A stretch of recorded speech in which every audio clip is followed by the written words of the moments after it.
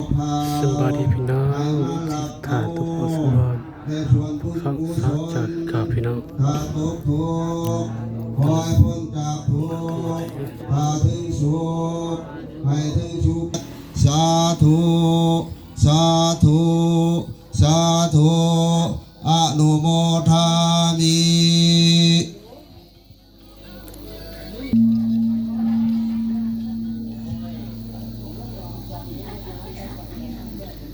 เตรียมผ้าเพลพี่น้องเตรียมกินข้าวเพลนะนี่พอ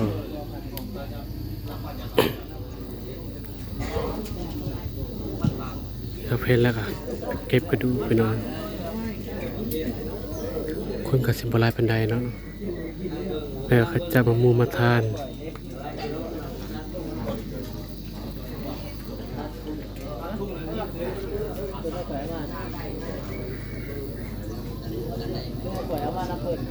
เจ้าพระพี่น้อง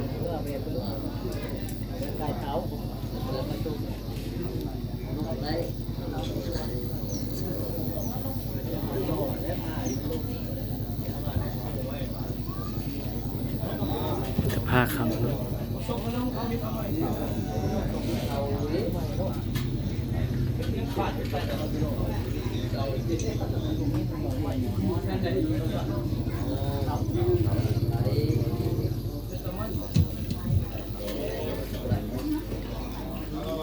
ตื่นเป็นตื่นได้ คารวะเด้อกายเยนวาจานวเจสัสวะกุกามังภะกะตังมายะยังทัวปฏิการนันตุสยันตังตะลันดาเลวลิตุงวะพุเทกายเยนวาจานวเจธัมเมกุกามังภะกะตังมายะยัง บุญนะ โมปฏิการนันตุสยันตังตาลันดาเลวลิทวงวัฒเมกายเยนาวจานาวเจสัสวะ พอว่าเปิ้ลคือ กุกามังบากาตังมายะยังสังโฆปฏิการนันตุตาลันตาเลสังวลิตุงวสังเค เรียบร้อยพี่น้อง เอาเกียรติญาติเด้อ เตรียมจัดนะ ยะ พี่น้อง ทาวาลิวหาปูลาปริปุเรนติสักลังเอวะเมวะอิโตตินังเปตนังอุปกัมปติอิจิตังปฏิตังตุมหังคิปะเมวะสเมชาตุสัพเพปุเรนโตสังกปาจันโตปนรโสยะทาปริโสติลโสยะทาวิวังสันตุสัพพะโรโควินาสันตุมาเตภวัตวันตรายโยสุขิธิกายุโกภวะอภิวาทนาสิริสจังวุฒาปัญจานิโยจัตตารโอธรรมาวัฏันติอายุวันโนอยากน้ำ สุ ก็ให้ ขัง เพิ่นนับผู้ตายไปแล้ว อาลังญาตินามเด้ออาทาสีเมอากาสีเมยาติเมทาสาคาจะเมเปตานังกาเกนังสัสสะบุเพกาธามาโนสลังนาหิลุยังวาสุโกวาญาวัญญาปาลิเทวานังนาตานิตานามาตายาเอวังติตาจิตยาตา กับ โย ผู้คือกันนะไป ตากินนาสังฆเมสุปาริติกาลิกาลาตังหิตายาสัทธายาโสอุปกัมปติโสญาติธัมโมจะอายังเปตานาบูชาจักตาอุรลาพลันจะภิกขุนามานุปาทินังตุมเอหิปุญญังอานัมภคันติสาธุขอให้บุญกุศลส่วนนี้ไปหอดไปถึงโดยเทินสาธุ เธอเป็นพี่น้องพิธีเรียบร้อยค่ะ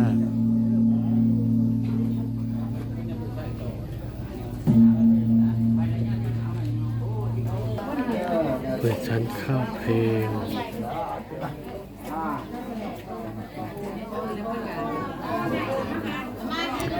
ฉันทำเพลงแล้วเราจะไปเก็บกระดูกกัน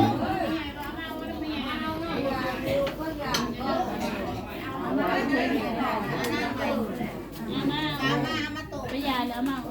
ไม่ยายมาเลย เจ้าภาพน้องใหม่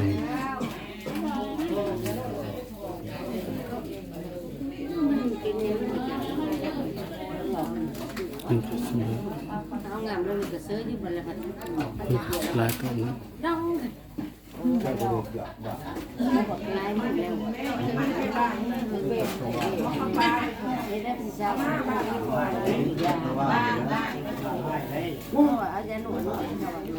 นี่สันข้าวสันข้าวเก็บกระดูกนะสะอาดเนาะ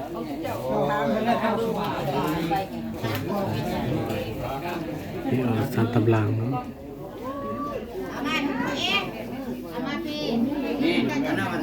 โอ้ยอันนี้ไปพ่น นะ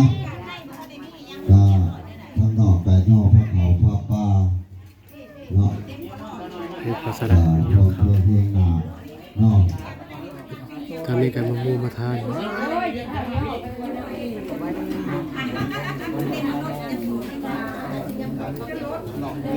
เจ้าพระคนกับชิลาเติร์นะพี่น้องเตรียมยอดผ้าขาวพี่น้อยไม่ออกที่ตำลังเนาะ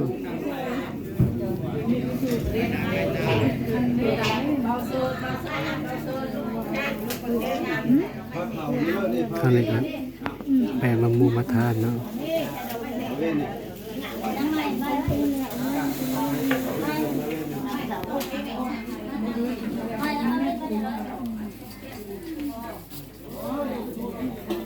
นี่เจ้าพระพี่น้อง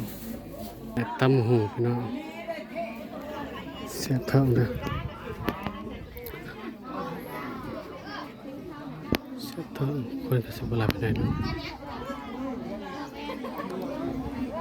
ท่านพระเอกกินอย่างเดียวท่านมาต้มเนาะต้มดาดมาแกง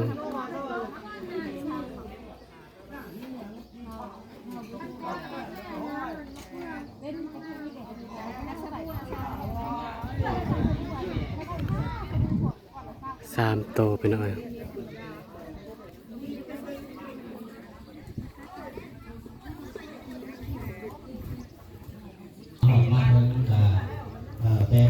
เพื่อแขกพี่น้าตัวแขกมันยังบ่ลายเนาะ ขอเชิญเพื่อเป็นเกียรติเพื่อที่ต้อนรับกับโจในการรับประทานอาหารเนาะแต่เฮาก็มีแต่อาศัยบ้านอาศัยเมือง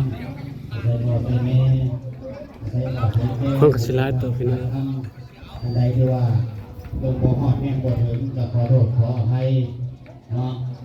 มีแต่ว่าเขามาทางในแล้วก็ขอเป็นเชิญเพื่อเป็นเกียรติ เริ่มหนาวไปหน่อยน้ำบุญใส่มาน้าใส่บุญหาโคกเนาะ ญาติพี่น้องเพื่อนมิตรสหายวันนี้ก็เป็นมื้อทรงท้ายการให้บุญของพกถึงสู่สวงสวรรค์ว่าจะเอากับสงความรักความแพงวันนี้ก็เป็นมื้องามยามดีเนาะ เจ้าพระ เป็นตาไผ่ที่สวดโคสงตาย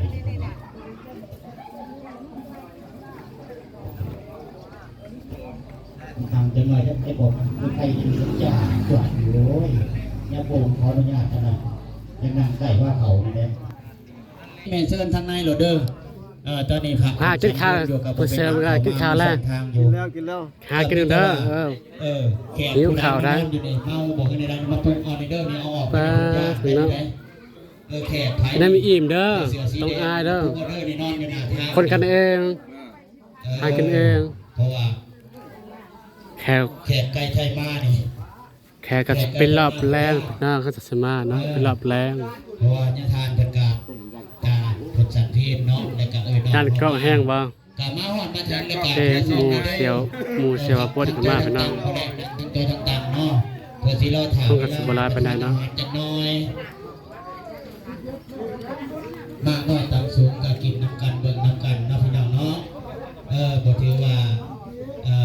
แต่เฮาก็อยากดูแลเต็มที่ ใจเป็นคนซื้อพี่น้อง ทางร้านทางเจ้าภาพเพิ่นก็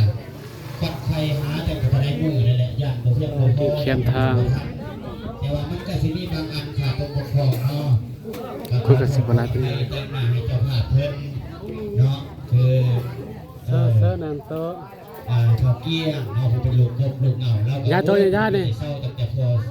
ลงไปนี่ก็ แล้วก็นั่งรถ เพราะว่าน้องเขาแก่พ่อแม่ว่ามีหยังกับตกแต่งเชิญเนี่ยเลยเชิญเขาในเลย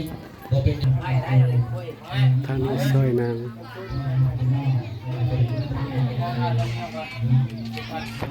ไปนาง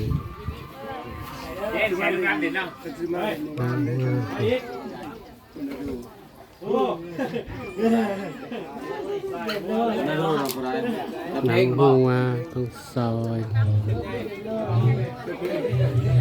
ชุดอยู่ได้จัดเพ่งเลย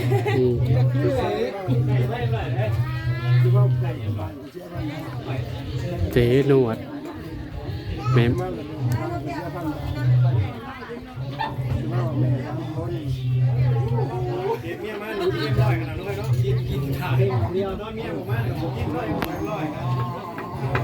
ป้าอยากกินนะเด้นะปิ้งซีนเด้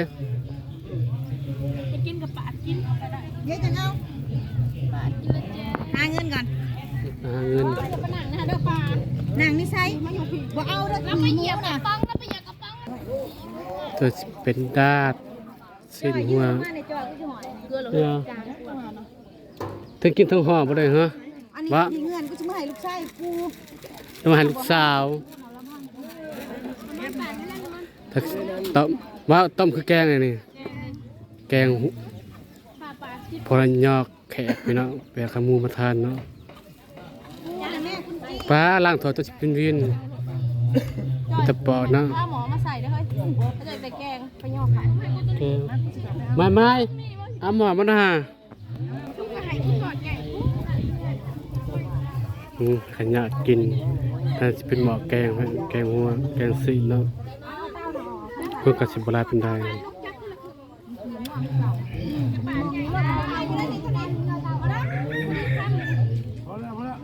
กินทำรวมคณะน่ะเฮ็ดสิเฮวสิยำได้บ่ขนาดรวมกับบ้านนี่เนี่ยบ่ได้